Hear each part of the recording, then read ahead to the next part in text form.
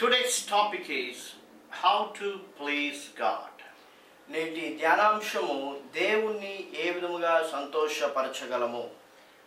In this world, people try to please their superior authority. ఇక లోకంలో మనం చూసినట్లయితే అనేక మంది వారి పైన ఉన్నటువంటి నాయకులను సంతోషపరచాలని ఆశిస్తూ ఉంటారు. The reason to please them is to have their favor. వారిని ఎందుకు సంతోషపరచాలనుకుంటారంటే వారి యొక్క సహాయం పొందుకోవడానికి. However, we being children of God, we should please God because He gave His only begotten Son for our salvation. మనము దేవుని పిల్లలము గనుక యేసుక్రీస్తును దేవుడు మన కొరకు రక్షకునిగా ఈ లోకంలోనికి పంపించాడు గనుక మనము దేవుణ్ణి సంతోషపరచాలి. And if you study the scriptures, the Lord Jesus Christ Himself had a great determination to please God in all His works. దేవుని యొక్క వాక్యాన్ని మనం ధ్యానించి చూసినట్లయితే మన ప్రభు అయినటువంటి యేసుక్రీస్తు సైతము దేవుణ్ణి సంతోషపరిచినట్లుగా వాక్యంలో మనం చూస్తాం. If you read John Gospel chapter 8 verse 29 says, "And he that sent me is with me. The Father hath not left me alone, for I do always those things that please him." యోహాను సువార్త 8వ అధ్యాయము 29వ వచనము, నన్ను పంపినవాడు నాకు తోడై ఉన్నాడు, ఆయనకిష్టమైన కార్యము నేను ఎల్లప్పుడూ చేయుదును గనుక ఆయన నన్ను ఒంటరిగా విడిచిపెట్టలేదని చెప్పెను. Here we see the Lord Jesus Christ had a great determination and great confidence that the Father will never leave him because he is always determined to do those things that please in the sight of God. ఈ యొక్క వాక్యాన్ని మనం చూసినట్లయితే యేసు ప్రభు చాలా స్పష్టంగా చెప్తున్నారు, ఆయన ఒంటరిగా లేరు, ఎప్పుడు కూడా దేవుడు ఆయనతో ఉంటూ ఉన్నాడని. ఎందుకంటే యేసు ప్రభు ఎల్లప్పుడూ కూడా తండ్రికి ఇష్టమైనటువంటి కార్యములు చేస్తున్నాడు గనుక. What is your determination or what is your commitment? Are you pleasing God in your daily life?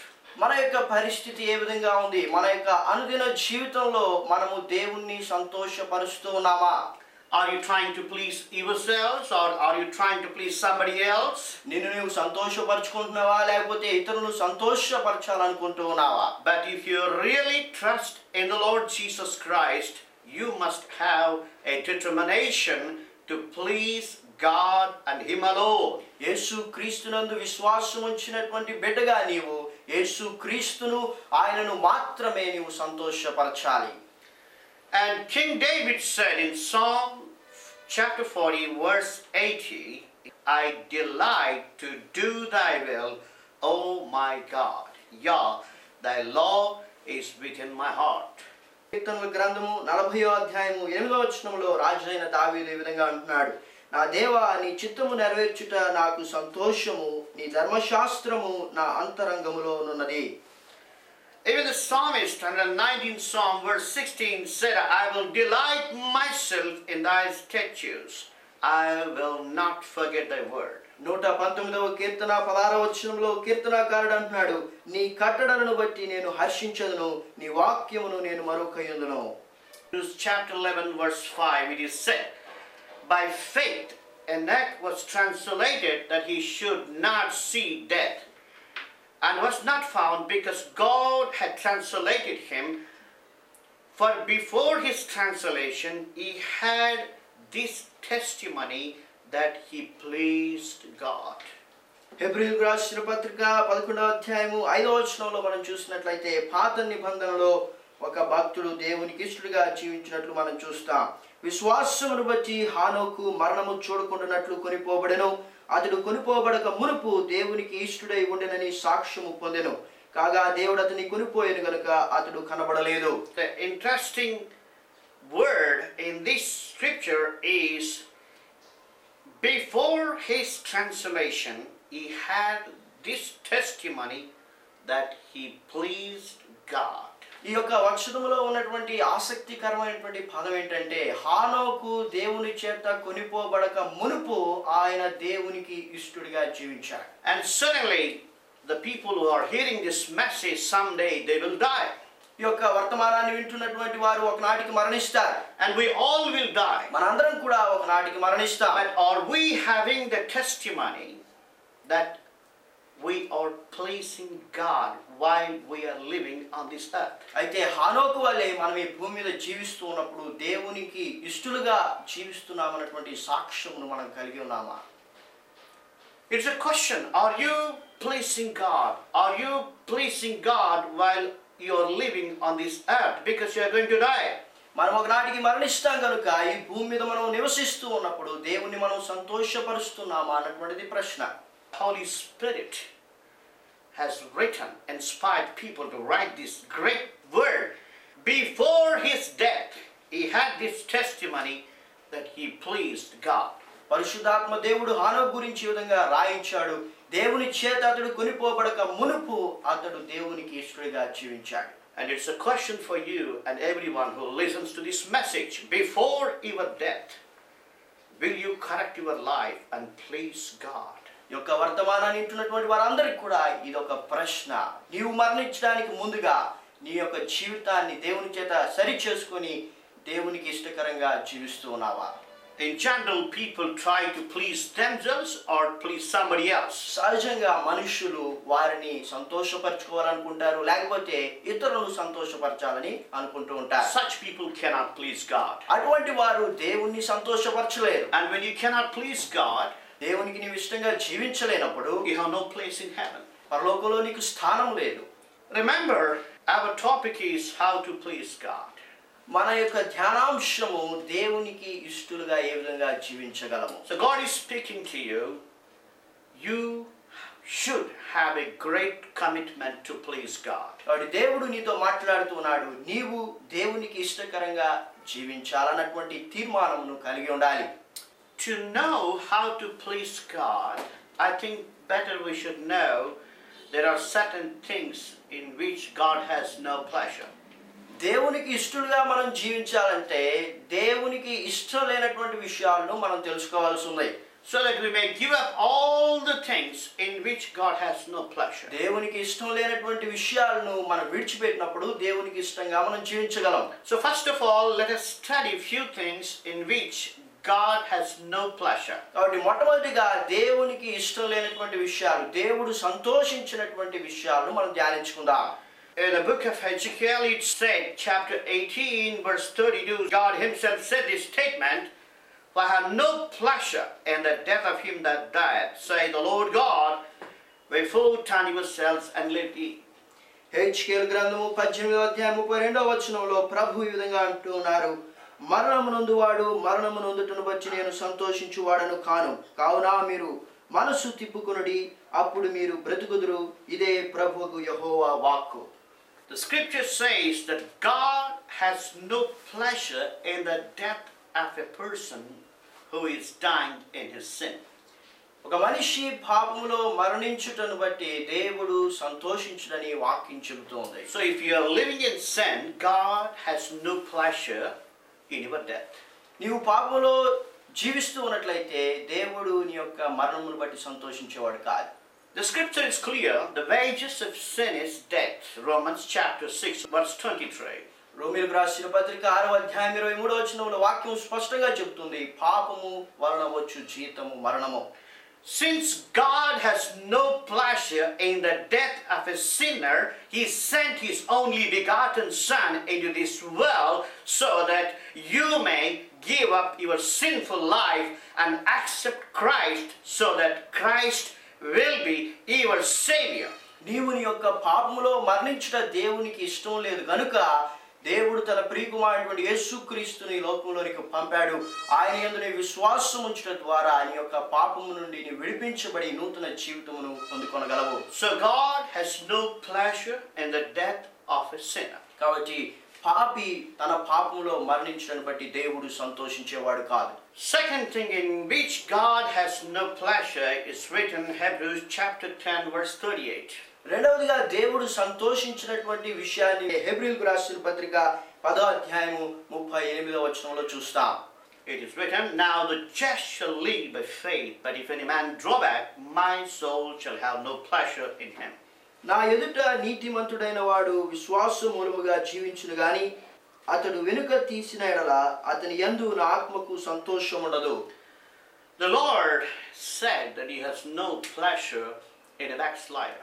విశ్వాస జీవితంలో వెనక్కి వెళ్ళిపోయినటువంటి వ్యక్తి జీవితమును బట్టి దేవుడు సంతోషించడని వాక్యంలో చూస్తూ ఉన్నాం. If you are a believer and became a backslider, remember God has no pleasure in your life. ఒకవేళ నీ విశ్వాసిగా ఉండి ఇప్పుడు విశ్వాస జీవితంలో వెనక్కి వెళ్ళిపోయినట్లయితే నిన్ను బట్టి దేవుడు సంతోషించే వాడిగా లేడని నువ్వు జ్ఞాపకం చేసుకోవాలి. God has feelings. దేవుడికి కూడా భావములు ఉన్నాయి. It is written in Ephesians chapter 4 verse 30. ఎఫెసీ పత్రిక 4:30 చూస్తూ ఉన్నాం. Grieve not the Holy Spirit. పరిశుద్ధాత్మను దుఃఖపరచుకోడి. So if you are living in sin, if you have not yet accepted Christ as your personal Savior, you are grieving the Holy Spirit. నీవు పాపంలో జీవిస్తూ ఉంటే పరిశుద్ధాత్మను నీవు దుఃఖపరుస్తూ ఉన్నావు. If you are already a believer and for some reason if you have become a backslider, remember God has no pleasure in you, and at the same time you are grieving the Holy Spirit. ఒకవేళ నీ విశ్వాసిగా ఉంటూ విశ్వాస జీవితంలో వెనక్కి వెళ్ళిపోయినట్లయితే దేవుడు నీ యందు సంతోషించడం లేదు. అంత మాత్రమే కాదు, నీవు పరిశుద్ధాత్మను దుఃఖపరుస్తూ ఉన్నావు.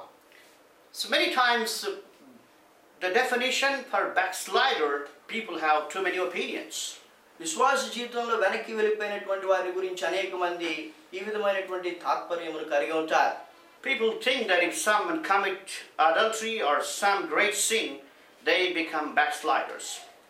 విశ్వాస జీవితంలో వెనక్కి వెళ్ళిపోవడం అంటే అనేక మంది వ్యభిచారం చేయడము లేకపోతే ఏదైనా పెద్ద పాపం చేయడము అని అనుకుంటూ ఉంటారు. Yes, certainly if you do anything that is against God and continue to live in that attitude, certainly you are a backslider. అవును, అది వాస్తవము. నీవు దేవునికి వ్యతిరేకమైనటువంటి ఏది చేసినప్పటికీ కూడా ఆ యొక్క పాపములను కొనసాగుతూ ఉన్నట్లయితే విశ్వాస జీవితంలో నీవు వెనక్కి వెళ్ళినట్లే. And interestingly, there is a very good definition for backslider in Proverbs chapter 14 verse 14. సామెతల గ్రంథము 14:14 విశ్వాస జీవితంలో వెనక్కి వెళ్ళిపోయినటువంటి వారి గురించి మంచి తాత్పర్యము ఇక్కడ ఉంది. It is written, "The backslider in heart shall be filled with his own ways." విశ్వాస జీవితంలో వెనక్కి వెళ్ళిపోయినటువంటి వారి హృదయము వారి యొక్క సొంత తలములతో నిండి ఉంటుంది. So remember, if your heart is filled with all worldly attitudes, if you are thinking every time about money, house, job, this and that and politics, you are a backslider. వారి యొక్క హృదయం ఇహ సంబంధమైనటువంటి విషయముల చేత, డబ్బుల చేత, ఉద్యోగముల చేత, ఇటువంటి విషయముల చేత నింపబడి ఉన్నట్లయితే నీవు విశ్వాస జీవితంలో వెనక్కి వెళ్ళినటువంటి వ్యక్తిగా ఉన్నావు. To conclude this message, ఈ యొక్క వర్తమానాన్ని ముగించడానికి ముందుగా God wants you to lead a life that pleases Him. దేవునికి సంతోషకరమైనటువంటి జీవితాన్ని నీవు కలిగి ఉండాలని దేవుడు కోరుతూ ఉన్నాడు. If you are still living in sin, you are grieving Holy Spirit. Confess your sins and come to God. నీవు పాపంలో నివసిస్తూ ఉన్నట్లయితే పరిశుద్ధాత్మని నీవు దుఃఖపరుస్తున్నావు కనుక నీ యొక్క పాపములను విడిచిపెట్టి దేవుని యొద్దకు రా. Because God has no pleasure in the death of a sinner. ఎందుకంటే దేవుడు పాపి తన యొక్క పాపములో మరణం నొందుటను బట్టి సంతోషించేవాడు కాదు. And if you are already a believer, and if your heart is filled with so many things, or if you are gone back from your faith, God wants you to come back. ఒకవేళ నువ్వు విశ్వాసిగా ఉండి నీ యొక్క సొంత తలంపులతో నీ యొక్క హృదయం నింపబడి విశ్వాసములో వెనక్కి వెళ్ళిపోయినట్లయితే దేవునితో మాట్లాడుతున్నాడు. So give up everything that displeases God and follow the word of God. Then you will please God. దేవునికి ఇష్టం లేనటువంటి ప్రతి దాన్ని కూడా మనం విడిచిపెట్టినట్లయితే దేవునికి ఇష్టకరముగా మనం జీవించగలుగుతాం. Let us pray. ప్రార్థన చేసుకుందాం. Our lovingly heavenly Father, మమ్మల్ని ప్రేమిస్తున్న పరలోకపు తండ్రి, thank you for speaking to us. మాతో మాట్లాడుతున్నందుకై మిమ్మల్ని స్తుతిస్తున్నాం. Yes, Lord, we need to please you while we are living on this earth. అవును ప్రభువా, మేము ఈ భూమి మీద జీవిస్తున్న కాలంలో మీకు ఇష్టలుగా జీవించాలి. We have searched in your scripture that our Lord Jesus Christ himself pleased you all the days of his life on this earth. మీ యొక్క వాక్యంలో మేము చూసి ఉన్నాము, యేసు ప్రభు ఆయన జీవించినటువంటి కాలం అంతా కూడా మీకు ఇష్టమైనటువంటి కార్యములు చేశాడు. We have seen in the word King David delighted to please you. దావీదు భక్తుని జీవితంలో మేము చూసాము, ఆయన ప్రభువా మిమ్మల్ని సంతోషపరిచినట్లుగా చూస్తూ ఉన్నాం. And we saw the Saint Enoch had a great testimony that before he was taken, he had a great testimony that he pleased you. హానోకుని గురించి వాక్యంలో చూసాం ప్రభువా, మీరు అతన్ని కొనిపోవడానికి ముందుగా అతడు మీకు ఇష్టునిగా జీవించాడన్నటువంటి సాక్ష్యాన్ని పొందాడు. Lord, we all will die someday. అవును ప్రభువా, మేమందరం కూడా ఒకనాటికి మరణించనై ఉన్నాం. And before we die, help us to lead a life that pleases you. మేము మరణించడానికి ముందుగా మీకు సంతోషాన్ని కలిగించేటువంటి జీవితాన్ని మేము కలిగి ఉండడానికి సహాయం చేయండి. Help us not to grieve the Holy Spirit. పరిశుద్ధ ఆత్మను దుఃఖపరచకుండా సహాయం చేయండి. Help us to give up all things which are against to your word. మీ యొక్క వాక్యానికి వ్యతిరేకమైనటువంటి ప్రతి దానిని విడిచిపెట్టుటకు సహాయం చేయండి. And help us to walk according to your word in our daily life. మా యొక్క అనుదిన జీవితాల్లో మీ యొక్క వాక్యానుసారంగా మేము ప్రవర్తించుటకు సహాయం చేయండి. Lord, I pray for the people who are having this desire to please you. ప్రభువా, మిమ్మల్ని సంతోషపరచాలన్నటువంటి ఆశ కలిగినటువంటి ప్రజల కొరకు ప్రార్థన చేస్తున్నాను. I pray for their spiritual healing and for their physical healing. వారి యొక్క ఆత్మీయ శరీర స్వస్థతల కొరకు ప్రార్థన చేస్తున్నాను. Your word says, when we seek your kingdom and righteousness, and you will meet all our needs. మీ యొక్క వాక్యం సెలవిస్తుంది, మేము మీ నీతిని మీ రాజ్యమును మొదట వెతికినప్పుడు అవసరమైనవన్నీ కూడా మీరు అనుగ్రహిస్తారు. Lord, help us to seek your kingdom and your righteousness so that we may please you. ప్రభువా, మీ నీతిని మీ రాజ్యమును వెతుకుట ద్వారా మేము మిమ్మల్ని సంతోషపరచుటకు సహాయం చేయమని In Jesus' name we pray. యేసు నామమున ప్రార్థిస్తున్నాం. Amen. ఆమేన్. మనిషి నీలో ఉన్న చెడుగు నీకంటే ఎంతో పొడుగు, దాచలేదు దాన్ని నీ నీతి గొడుగు, అది నీ పాలిటి పరమ పిడుగు. ప్రవహించిన క్రీస్తు రక్తపు మడుగు, ప్రతి పాపిని పవిత్రముగా కడుగు. పశ్చాత్తాపముతో ప్రభువును అడుగు, తానే రక్షణ వస్త్రం నీకు తొడుగు. మనిషి నీలో ఉన్న చెడుగు నీకంటే ఎంతో పొడుగు, దాచలేదు దాన్ని నీ నీతి గొడుగు, అది నీ పాలిటి పరమ పిడుగు. ప్రవహించిన క్రీస్తు రక్తపు మడుగు, ప్రతి పాపిని పవిత్రముగా కడుగు. పశ్చాత్తాపముతో ప్రభువును అడుగు, తానే రక్షణ వస్త్రం నీకు తొడుగు.